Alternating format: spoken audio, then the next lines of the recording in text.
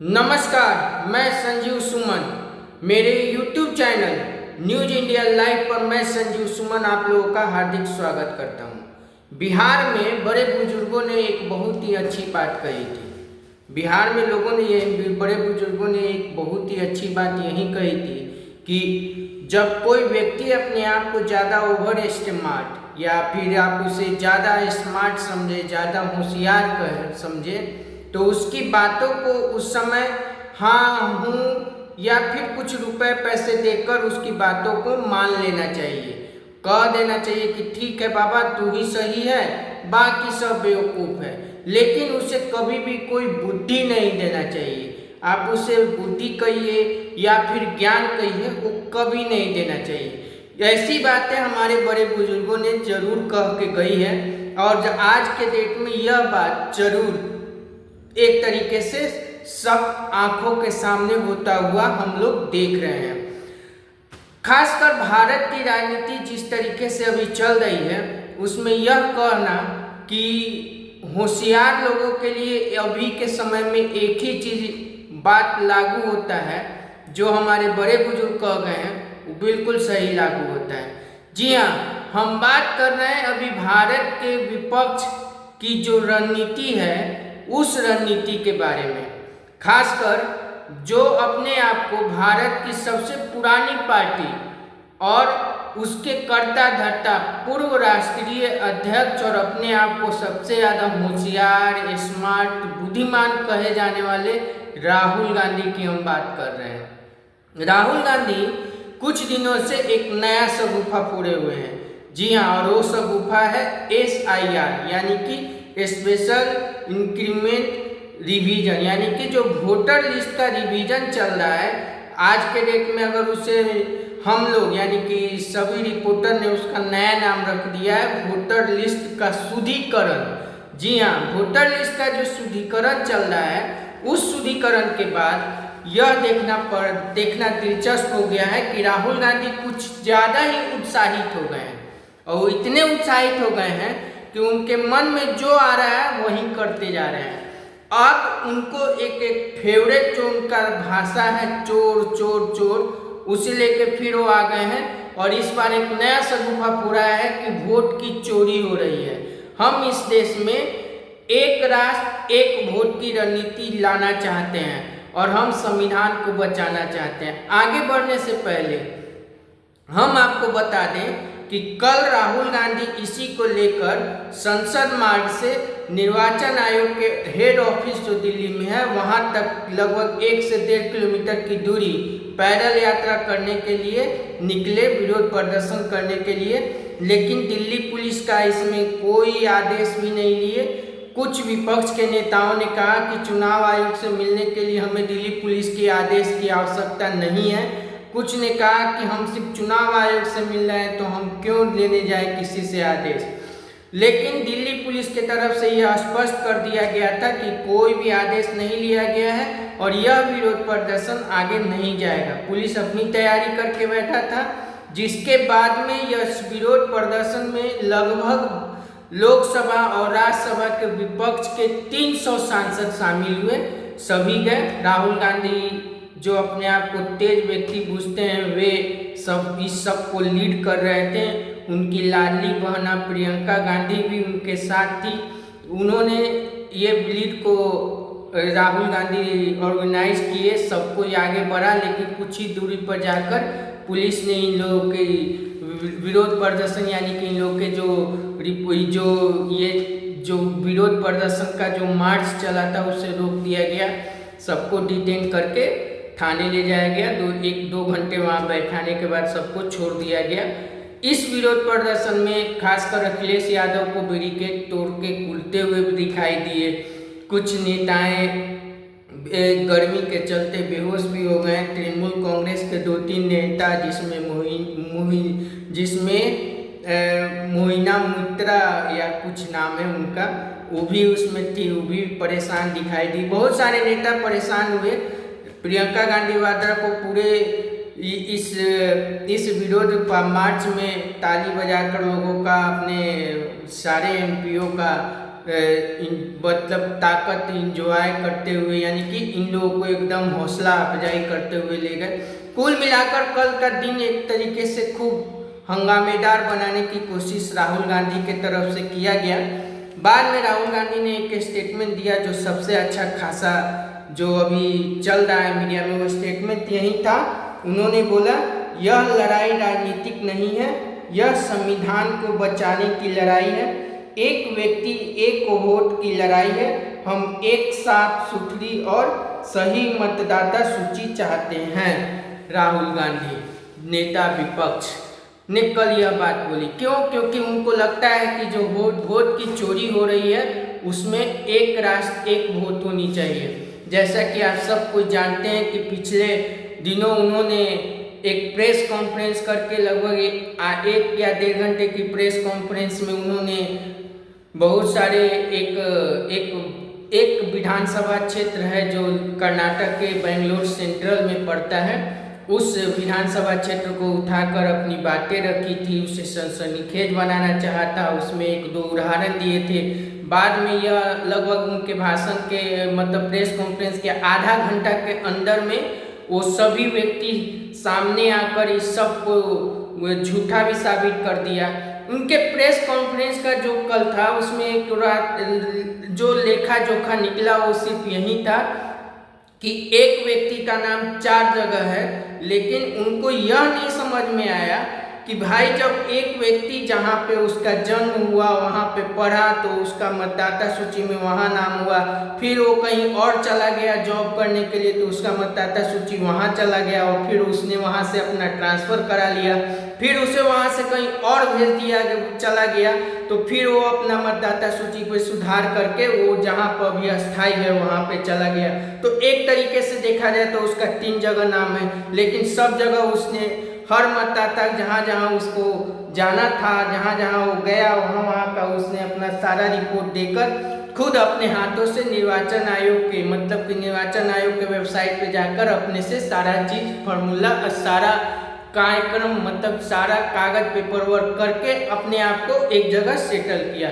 तो लाजमी है कि ये ऐसा होगा, तो उनको कौन समझाया? वो तो अपना एक रिपोर्ट कार्ड लेकर आ गए और नौटंकी करना शुरू कर दिए। दूसरा, उन्होंने एक महिला के फोटो पे कमेंट किए कि इसका फोटो ये है, ये डार्क है, ये है, वो है। तो एक तरीके से देखा जाए तो निर्वाचन आयोग का जो मतदाता सूची आता है उसमें कभी नाम में कुछ गड़बड़ी होती है, कभी पिता का नाम, माता का नाम, एज, कभी कुछ ऐसी थोड़ी बहुत घटनाएं त्रुटियां रहती है। लेकिन इसमें यह कह देना कि वोटों की चोरी हुई है, ये तो बहुत ही गलत बात है। एक तरीके से देखा जाए तो उनका जो पूरा प्रेस कॉन्फ्रेंस था, उन्होंने राहुल गांधी ने जो बोला उसके बाद तो यही लग रहा है कि SIR होना जरूरी है। तो SIR हो रहा है तो उसका वो विरोध करना है कि वोट चोरी हो रही है। कुल मिलाकर देखा जाए तो राहुल गांधी एक ही बात को लेकर जब पकड़ के बैठ जाते हैं तो उसी को पकड़ के बैठे रहते हैं। कुल मिलाकर देखा जाए जब से इस बार का मानसून सत्र शुरू हुआ है, राहुल गांधी ने और उनकी टीम के चलते मानसून सत्र एक दिन भी सही ढंग से काम नहीं किया है, नहीं काम किया है और नहीं कभी करने देने की कोशिश की गई है। जब भी सत्र शुरू होता है, लोकसभा राज्यसभा बैठती है, विपक्ष में वे लोग हंगामा शुरू कर देते हैं। एक तरीके से देखा जाए तो पूरी की पूरी अराजकता फैलाए हुए हैं।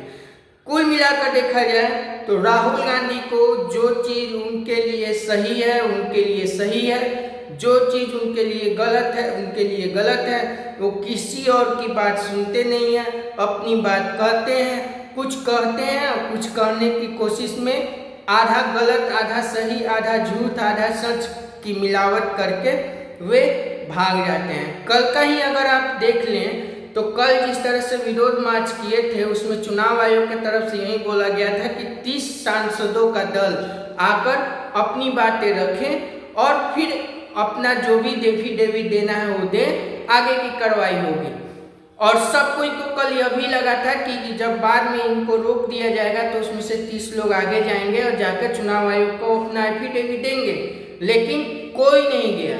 सिर्फ सड़कों पे हंगामा सोशल मीडिया पे हंगामा, यहाँ तक कि मीडिया के सामने हंगामा, और जब कोई ज़रूरी चीज़ और जो कोई लगातार कानून के दायरे के अनुसार काम होना चाहिए उसमें वे भागते हुए दिखाई दे रहे हैं। तो राहुल गांधी की स्थिति पर यह जो मैंने कहा था कि बड़े बुजुर्ग कह गए कि अगर कोई अपने आप को ज़्यादा होशियार समझे तो उसे या तो कुछ रुपया पैसा दे दो या फिर उसकी हाँ हूँ में उसकी बातें मान लो, लेकिन उसे कभी बुद्धि ज्ञान मत दो, वो तुम्हें ही मूर्ख समझेगा। यह बात वाकई राहुल गांधी की अभी की स्थिति में ये दिखाई पड़ रहा है।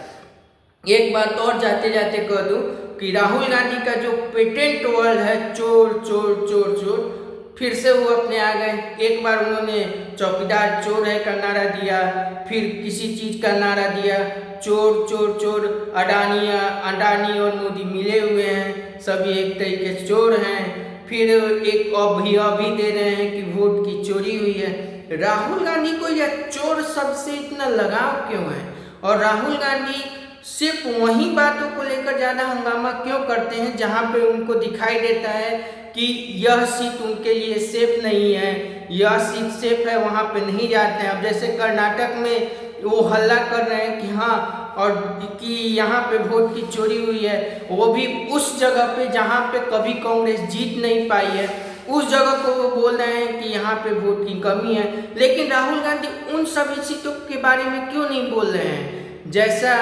कि जहाँ पे वे जीतते हैं वहाँ पे वोट की चोरी नहीं होती है। जहाँ की सीटों की संख्या वो बता रहे हैं, वो एक तरीके से देखा जाए तो एक जाति विशेष का वहाँ पे ज़्यादा सीट है।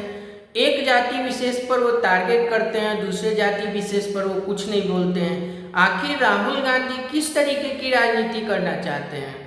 आखिर इस हंगामा को करके राहुल गांधी वोटिंग पर से, मतलब कि जो भारत का वोटिंग होता है या भारत के निर्वाचन आयोग जो एक संवैधानिक पद है, वहाँ का सभी स्वतंत्रता से अपना काम करते हैं, उस चीज़ को वो क्यों डेमोरलाइज करना चाहते हैं?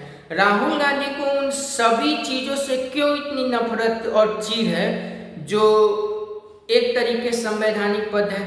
इन सब बातों पे सोचना पड़ेगा, या फिर मीडिया को या फिर आम जनता को, कि राहुल गांधी आखिर चाहते क्या हैं। मेरे समझ में तो कुछ नहीं आ रहा है कि राहुल गांधी की कौन सी राजनीति है, क्या है, लेकिन इतना तय है कि उनके यह राजनीति उन्हीं के ऊपर उल्टा पड़ चुका है। उनके ऊपर ही नहीं बल्कि उनके साथ जितने भी इंडी गठबंधन के आप 22 मान लीजिए, 23 मान लीजिए, 24 मान लीजिए, जितने भी दल उनके साथ जुड़े हुए हैं, उन्हीं लोग के लिए आफत आ गया है।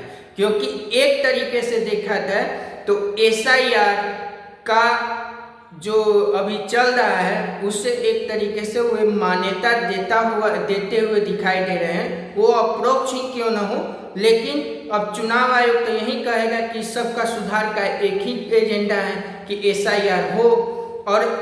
और जहां तक संकेत मिल रहा है निर्वाचन आयोग की तरफ से कि SIR सिर्फ बिहार में ही नहीं होगा, बल्कि SIR अब पूरे देश में धीरे धीरे हर राज्य में लागू होगा।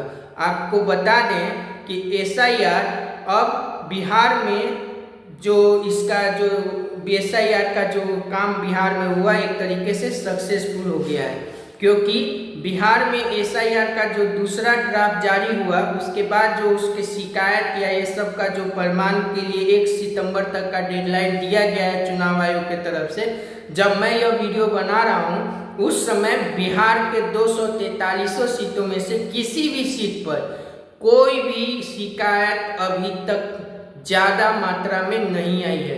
कहीं कहीं तो शिकायत अब तक आया ही नहीं है, थोड़ा बहुत जो कहीं भी शिकायत है उसको चुनाव आयोग दुरुस्त कर रहा है। लेकिन अगर इसका लगोलुआ पूरा मिलाया जाए तो चुनाव आयोग का यह जो सिस्टम है SIR का, वो बिहार में 100% सफल होता दिखाई दे रहा है। और इससे हम यह जरूर कह सकते हैं कि चुनाव आयोग इस सफलता को देखकर सारे देश में लागू करेगा।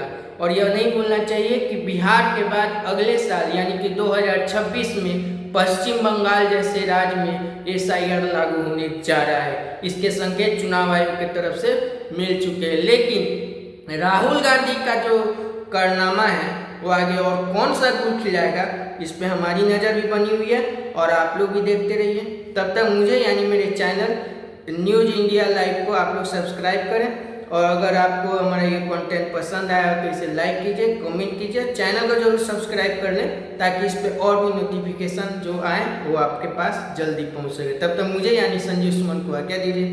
नमस्कार।